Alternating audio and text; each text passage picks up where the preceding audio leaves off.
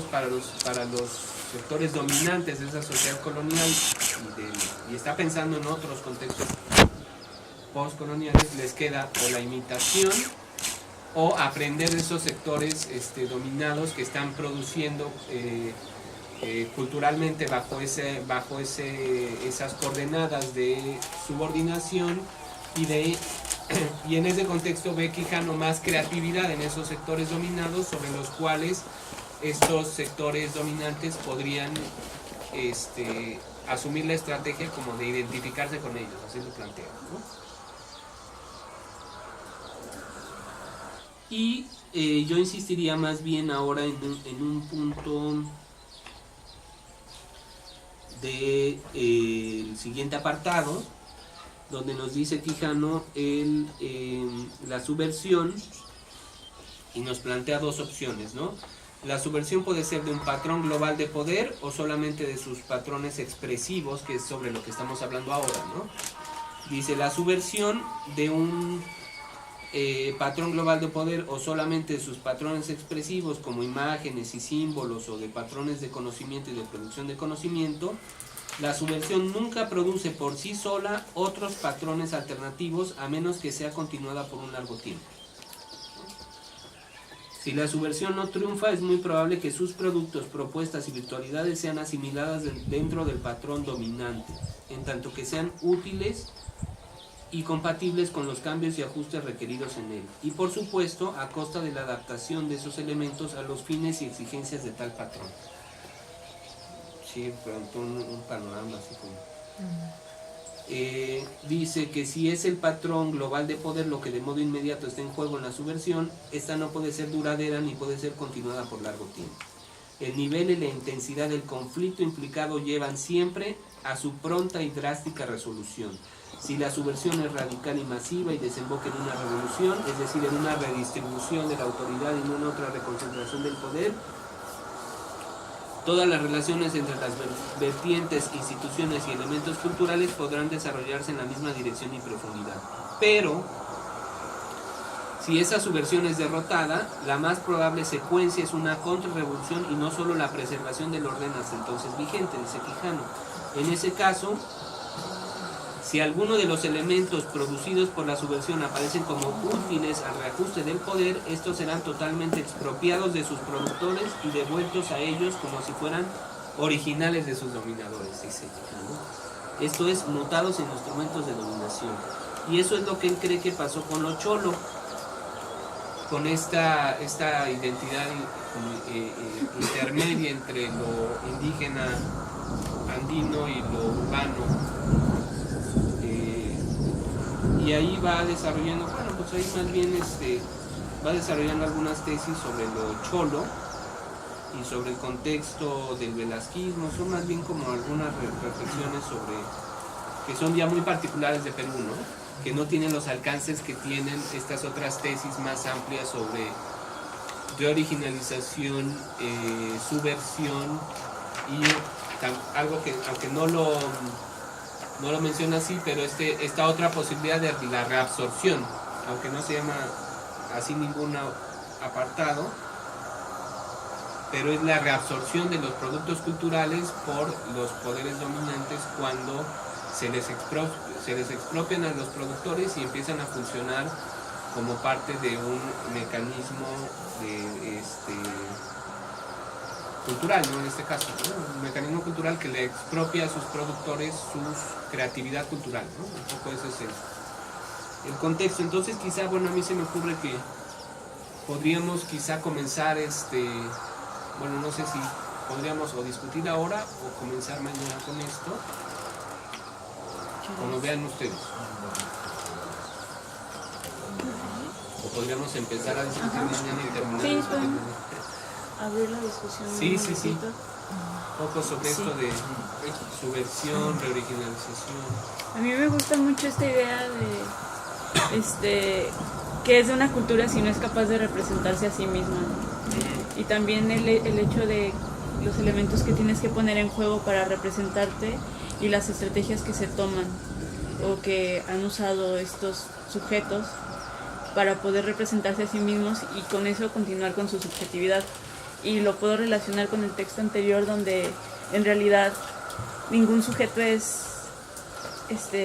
no es completamente preso o esclavo, sino que tiene una potencia, es libre de ejercer cierta acción sobre cosas que parecen que son impuestas.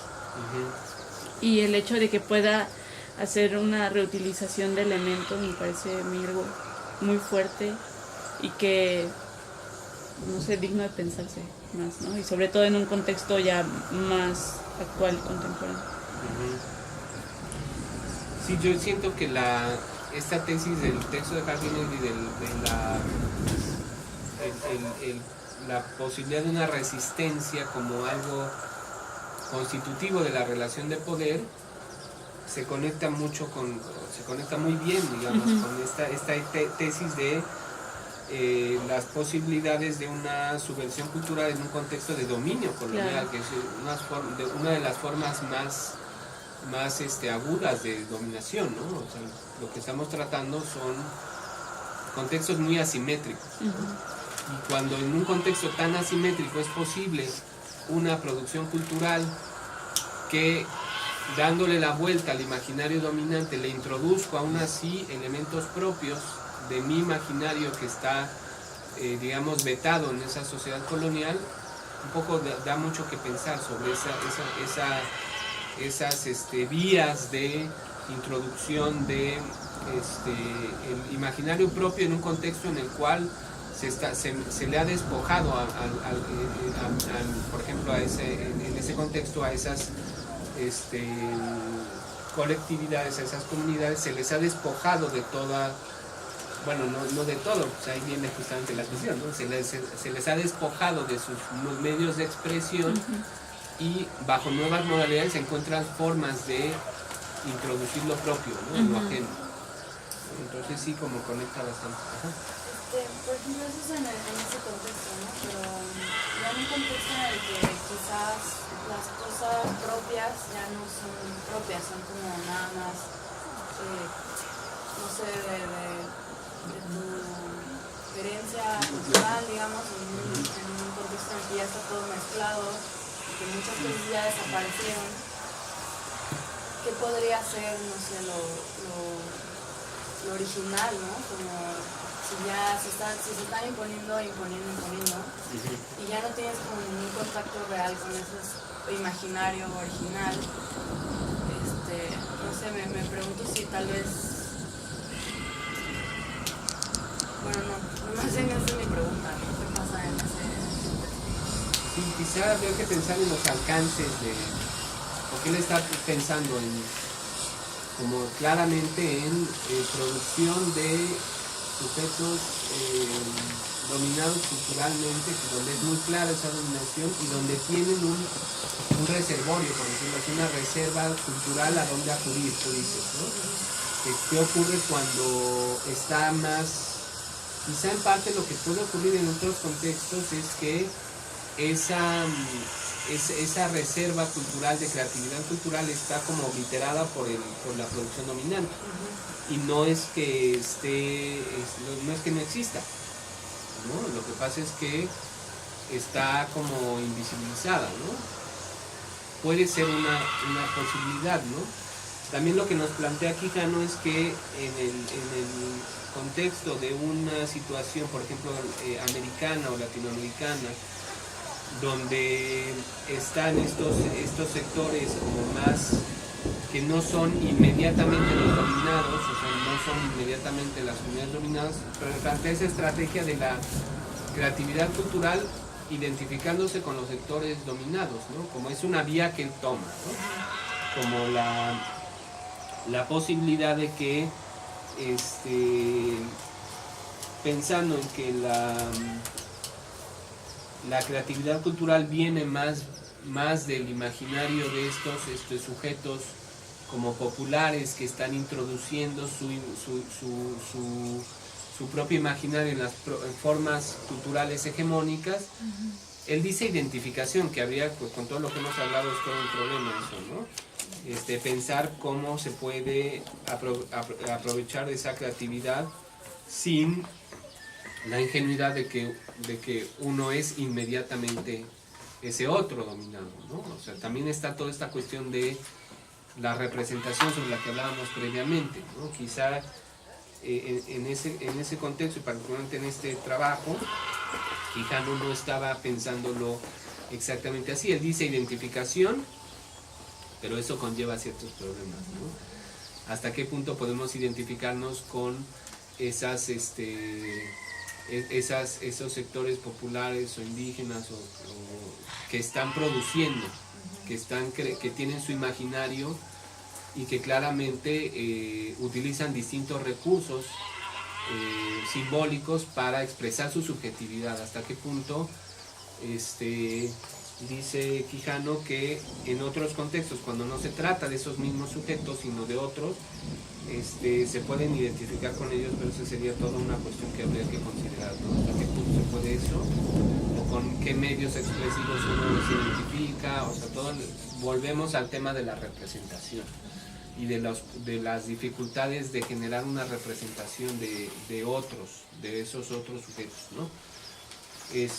Porque está la cuestión de la imitación. La cuestión de la imitación es muy duro Quijano con eso, ¿no? Podemos verlo de otros modos, pero quizá está pensando también en un contexto muy específico, porque sí, la imitación de esos patrones metropolitanos, él la piensa como una vía. Otros pensarían que no, y es otra vía también, ¿no?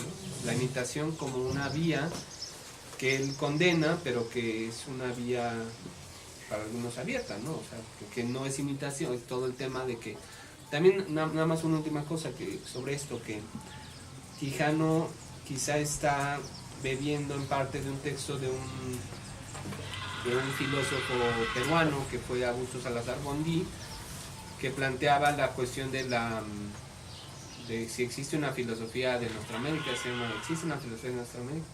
Un poco lo que decía Salazar Bondí es que la filosofía latinoamericana siempre ha sido imitativa de la filosofía europea, o sea, que no hay producción cultural propia, ¿no? Y es una tesis que se ha discutido mucho y que ya ahorita ya no tiene tanto peso esa formulación inicial, que es del 69, pero quizá en abordar los procesos culturales está indirectamente retomando la idea de que la imitación es característica de una parte de la cultura latinoamericana, este afán de reproducir o de imitar lo que ocurre en la metrópoli, que es una característica paradójicamente propia, ¿no? Y en ese sentido, pues él es muy duro con esa vía, pero habría que quizá explorarla, ¿no? O sea, no descartar. ¿Hasta qué punto podemos pensar en una imitación como una imitación no servil, no que devalúa los contenidos de la producción original, sino que puede ser otra cosa, ¿no? Esto lo comenté, yo este texto lo llevé hubo cierto debate sobre este texto, que lo llevé en una clase de allá de filosofía y letras, y me decían, bueno, pues es que la imitación a veces no es solamente imitación, o sea, lo que nos presenta Quijano una alternativa como muy limitada para pensar la imitación como imitación servil, que solo produce o solo crea productos banales, y que ahí solo hay banalidad y solo hay me problematizaban ese punto de la imitación, de hasta qué punto incluso los sectores criollos estaban produciendo algo que no podemos entender bajo los parámetros solo de lo imitativo, ¿no? Eso me cuestionaban. Creo que sí, ya hay razón en esto, ¿no? Sí. No, era un poco... ¿Ya? Sí. Me parece interesante como la postura de Quijano de la imitación pero subvertida, ¿no? Que eso es importante. Y pensaba frente a otras formas de interpretar las producciones artísticas indígenas posteriores a la colonia o durante la colonia, en donde se habla más de hibridación, ¿no? O esta mezcla mezcla cultural entre los españoles y los indígenas, me parece que esta postura presenta otra forma de entender que no es ese imitar como, no sé, lo pensaba un poco desde el arte, de copiar, por ejemplo, patrones europeos como nos enseñan en la escuela, en la academia, a dibujar, por ejemplo, ¿no? Bajo patrones grecorromanos o toda la escultura griega, en fin, como no es esa mímesis, sino es utilizar esos patrones pero para subvertirlos desde esa subjetividad. Como que me parece que ponen ahí en duda esas otras formas de hablar de... que hay una palabra, ¿no? Que no es hibridación, es ¿Sincretismo? sincretismo. Sí, Mestizaje está también, ¿no? Es decir, hay como una serie, pero hay algunos que hablan de la raza, otros de otras condiciones. Yo creo que en México, en la posrevolución, hubo hasta donde yo, no me he leído el libro entero, pero el otro día estaba en la presentación de todo lo que fue durante la posrevolución, las escuelas de arte que se crearon. Es un libro de una investigadora que se llama Guillermina Guadarrama. Y Guillermina tiene ahí compilado incluso la variante totalmente opuesta, es decir, que lo que importaba era pues copiar a la manera prehispánica, ¿sí? Como programas de clase. Además, no es decir que estaba con todo el proyecto de Vasconcelos, ¿no? Ajá, sí, pero incluso a nivel mini, es decir, fue como una escuelita que se generó con esta, no recuerdo los nombres no recuerdo porque no, si los oí una sola vez, no, pero está en ese libro y es interesante por dónde se movió y cómo fue además lamentablemente utilizado políticamente a la hora de llevar esas exposiciones ¿a dónde? A Europa, ¿no? Entonces finalmente lo que llevaba era el estereotipo, ¿no? Es decir, en vez de ampliar las posibilidades, yo tratando de conectarnos con esta idea de subversión, hasta dónde eso puede resultar subversivo o no. No, sí, por eso dice esta idea de que se pueden reabsorber, ¿no? O sea, que no dice reabsorción, pero es la idea de... No, sí dice reabsorción, pero no está en el título del apartado, dice... Si la subversión no triunfa, es muy probable que sus productos, propuestas y virtualidades sean asimiladas dentro del patrón dominante, en tanto sean útiles y compatibles con los cambios y ajustes requeridos en él. O sea, está esta otra opción, la reabsorción de elementos que en un contexto son subversivos, en el sentido de que están introduciendo el imaginario de los dominados y su propia expresión de subjetividad, pero que son, bueno, lo dice más adelante, expropiados a sus productores originales y se presentan como si fueran originales de sus dominadores. Es como va a ser un poco polémico, pero es como el Museo de Antropología, ¿no? Que tiene como esta carga, por un lado, como de rescate histórico, que no hay en ningún otro lugar de América Latina, paradójicamente también, ¿no? O sea, no existe en Perú, no existe en Bolivia, ¿no? Aquí lo hizo el Estado nacionalista, revolucionario, pero a la vez lo presenta como este exotismo de un pasado glorioso, ¿no? Miente sobre la integración de ese pasado al presente, en una combinación muy rápida sobre el mestizaje, y políticamente detrás de todo eso pues hay una idea de unificación, ¿no? De unidad, de ciertos valores que después van a traer pues el Partido Revolucionario Institucional, ¿no? Ya consolidado en el poder después de los 30. Entonces esa reabsorción creo que está ahí muy... Sí, podemos pensar en muchos casos de reabsorción de productos y de expropiación, que es muy fuerte el término que usa Quijano, ¿no? O sea, la idea de expropiación de los productos culturales a sus productores originales en un contexto, él dice ya no de subversión, sino de contrarrevolución, lo plantea así, que cuando la subversión no funciona, entonces se reincorporan esos productos, ¿no? Y que se le expropian a sus productores mismos, ¿no? Entonces, bueno, es que es el estilo de Quijano, ¿no? Es muy directo y muy frontal en sus tesis, ¿no? Y aquí vimos algunas de ellas, ¿no? De la distinción entre el destino posible de la subversión, entendida como esa producción cultural y esa creatividad que surge en un contexto muy asimétrico.